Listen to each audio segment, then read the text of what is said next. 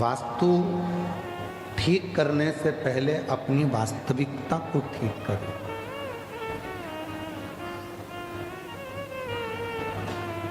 हम स्वयं को ठीक नहीं कर पा रहे। सीढ़ियाँ बदल कर देख ली, दुकान बदल कर देख लिया, घर बदल कर देख लिया, रसोई घर बदल कर देख लिया, आवाज़ सेट नहीं हुई है।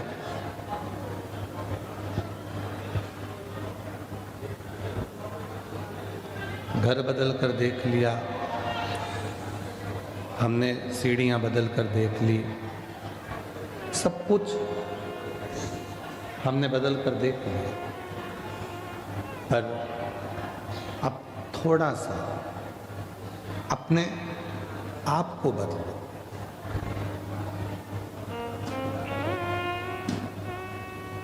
हम जब अपने आप को बदल लेते हैं तो अपने आप सब कुछ बदला बदला सा लगने लगता है और जिंदगी में कुछ ना कुछ अच्छा होना प्रारंभ हो जाता है।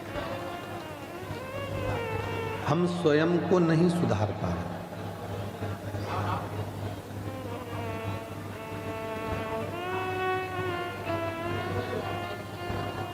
कल भी कथा में कहा था, हम कहते बच्चों से हैं कि थोड़ा ध्यान से पढ़ो। कल भी कथा में कहा था कि हम किसी व्यक्ति से कहते हैं कि ध्यान से काम करो, ध्यान से गाड़ी चलाओ, ध्यान से पढ़ाई करो, ध्यान से काम करो। कल कथा में कहा था, पर हम अपने ऊपर ही, अपनी चित्तवृत्ति में, अपने मन पर ध्यान नहीं दे पाते।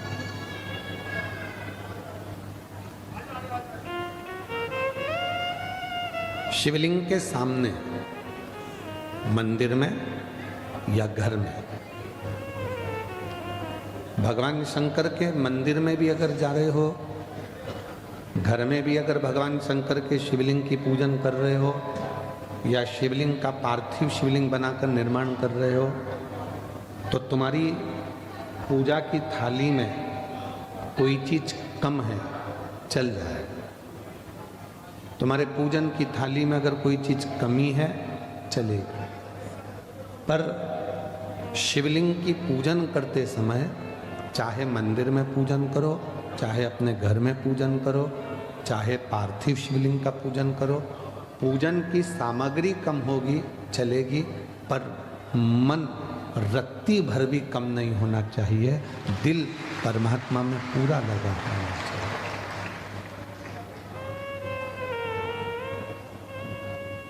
24 घंटे नींद भजन करना मत करो।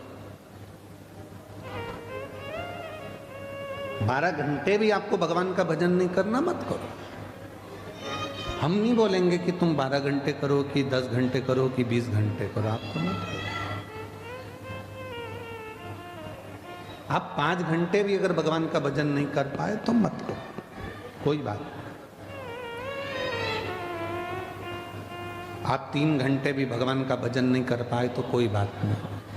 पर शिव महापुराण की कथा कहती है कि 24 घंटे जाने दो, 12 घंटे जाने दो, 3 घंटे जाने दो, पर 1 मिनट भी अगर आप शंकर भगवान के सामने बैठे हो और उसकी स्मरण कर रहे हो, तो उस स्मरण में तुम्हारा ध्यान फिर बटना नहीं चाहिए। तुम्हारा ध्यान परमात्मा की ओर पूरा केंद्रित होना चाहिए, पूरा केंद्रित।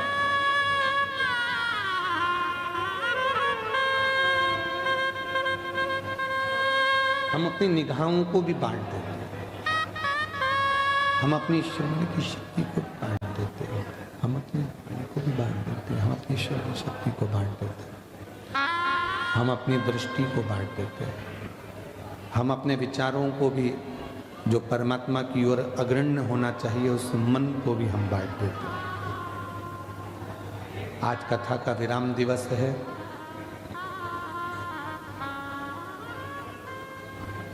स्वयं तुमरुका जी ने भगवान शंकर से एक वर मांगा था। जब ईश्वर जी और गोरा जी बनकर कथा की शुरुआत हुई थी और जब चंचुला का पति बिंदु प्रेत योनि से छूट गया था, चंचुला खंड सौभाग्यवती धारण कर ली थी, तब तुमरुका जी ने भगवान शिव जी से हाथ जोड़कर कहा था कि ये कथा तो विराम हो रही है और आज कथा का विराम हो जाएगा। ये तुमरुका जी कहे शंकर भगवान से, कथा तो विराम हो रही है पर मुझे एक वर दे दो। शिव जी ने पूछा कौन सा वर? तुमरुका जी बोले बस एक वर ये दे दो कि जैसे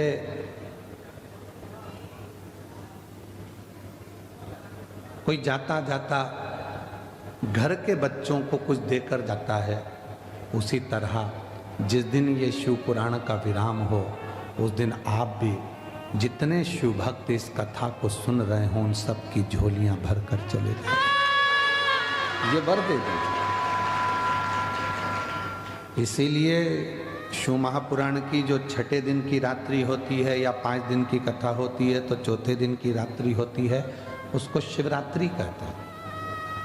और जिस दिन कथा का विराम होता है उस दिन लाखों की संख्या में शिव भक्त केवल बाबा के चरणों में बैठकर कथा इसलिए सुनते हैं कि मेरा बाप, मेरा पिता, मेरा बाबुल, मेरा बाबा आज जाएगा तो कुछ ना कुछ अपनी बेटी को, अपने बेटे को गोदी में देकर जाएगा।